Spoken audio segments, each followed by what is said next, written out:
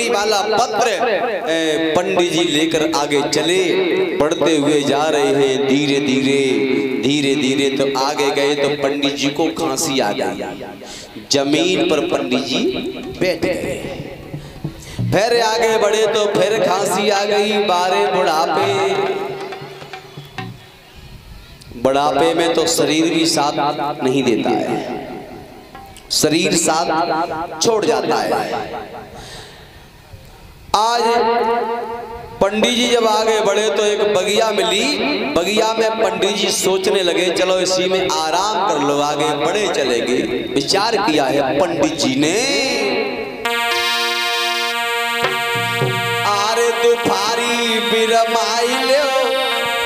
सोच रहे हैं पंडित जी अब दुफारी बिरमाई ले, जाई बगिया में दुफारी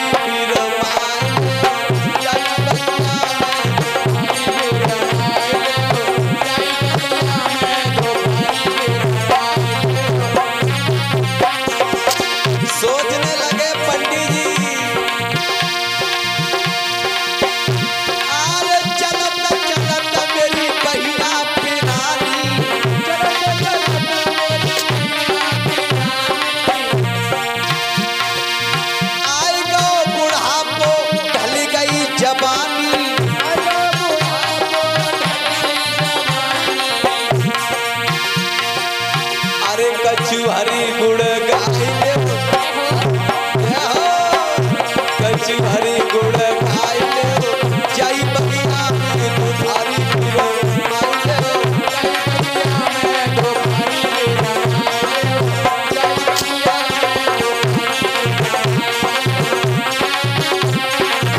और सोच रहे हैं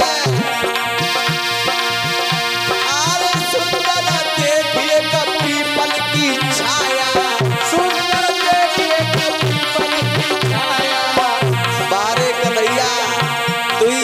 भगवान तेरी तू ही जाने।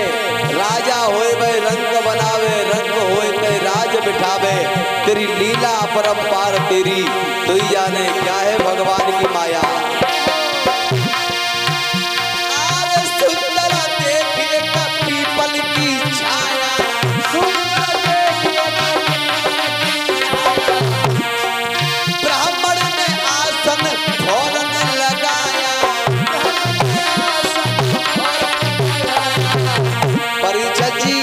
और पंडित जी सोच रहे हैं अरे लाए सो खाए लो, अरे लाए सो खाए लो, जाई बगिया में दुफारी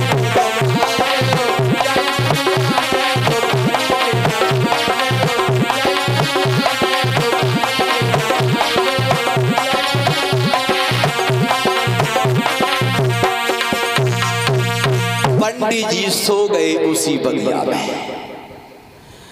कन्हैया ने देखा कि हमारा प्रेम पत्र लाने वाले पंडित जी तो सो गए। माया के द्वारा उन्हें द्वारका नगरी में प्रवेश कर दिया है। और जब आंख खुली है तो कन्हैया से पंडित जी मिले हैं और कन्हैया से बोले श्याम मैं कुंदनपुर से आया हूँ, रुक्मणी नाम की लड़की ने मुझे यहाँ भेजा है।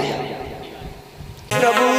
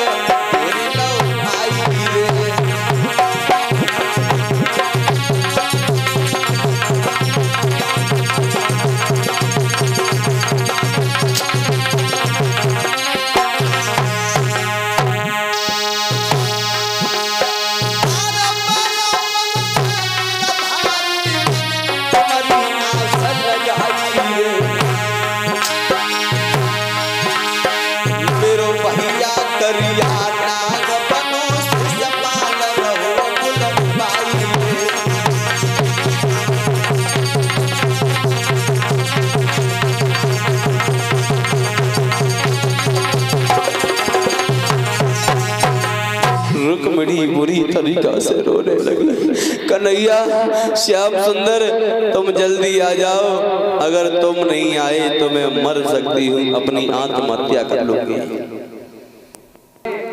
शिषपाल बहुत जल्दी में है, बारात को लेकर के पहुंच गया कुंदनपुर में। रुकम ने जब देखा कि हमारे साले साहब बारात को लेकर के आ गए हैं, तो रुकम कार्यकर्ताओं से कहने लगा, खड़े खड़े मेरे मुंह की तरफ क्या देख रहे हो? तुम्हें ये नहीं मालूम कि दूल्हा आ गया, बारात आ गई, बारात की इतनी सेवा करो, दूल्हा की इतनी सेवा करो, किसी बात की कोई कमी न रह जाए। छोटी छोटी बातों पर तो वो रूठ जाता है। आज जिस समय रुक्मणी ने सुना मेरे और कन्हैया के बीच में मेरा भैया दीवार बन गया है, हृदय में वो पत्थर सा बैठा जिसे रुक्मणी सहन नहीं कर सकी। रुक्मणी रोने लगी, ए घनश्याम तुम्हारे बिना मैं मर सकती हूँ, लेकिन शादी करूंगी तो तुमसे करूंगी, शिषपाल के साथ नहीं जाऊंगी। आप बताओ, पत्नी अगर पति के सामने रोए और पति जब बाहर जाए आंखों से आंसू निकले तो समझो सबसे बड़ा असगुन है। पति को जब भेजो तो हंसी खुशी से आराम से भेजो महाराज। अब आप ही बताओ, आपके आंसू बायवे से और आपके रोएवे से है जे पैसा न कमाए, फिर घर में आप ईंट गिटैया खाओगे?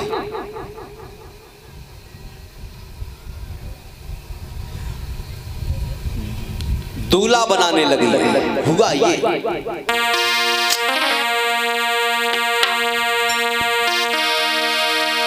कि धरो शीश पे मोहर रे सोई हुई गई छीक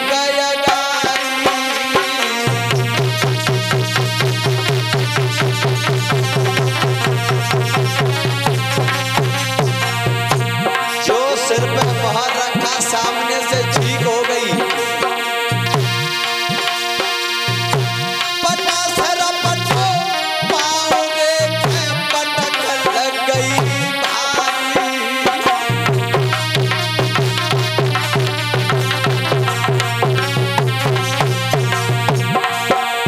जो पटा पे पैर रखा, शिषपाल का पैर फिसल गया।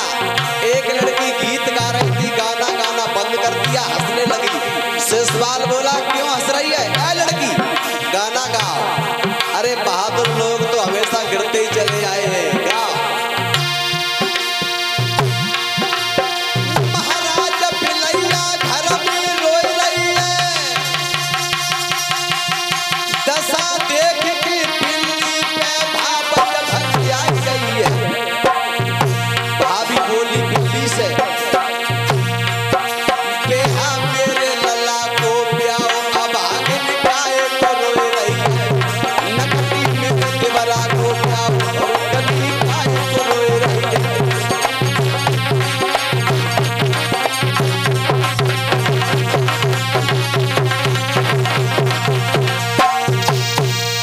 दूल्हा बनाने लगी हैं। अभी झांकी आएंगी आपके सामने।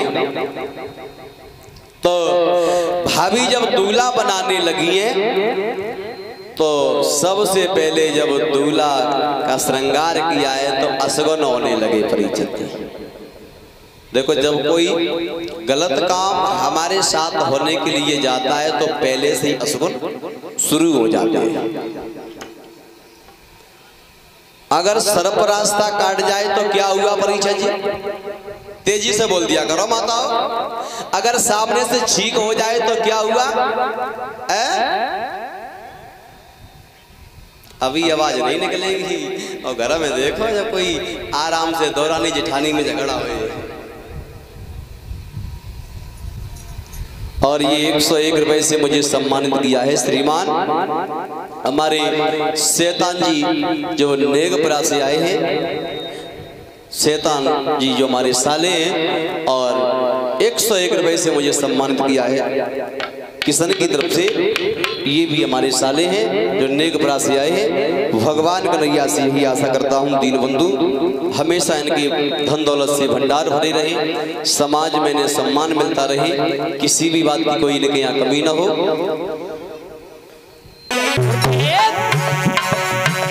अरे भूमि तुम्हारी मेरी कामत, आई की कष्टरी करो समाचार।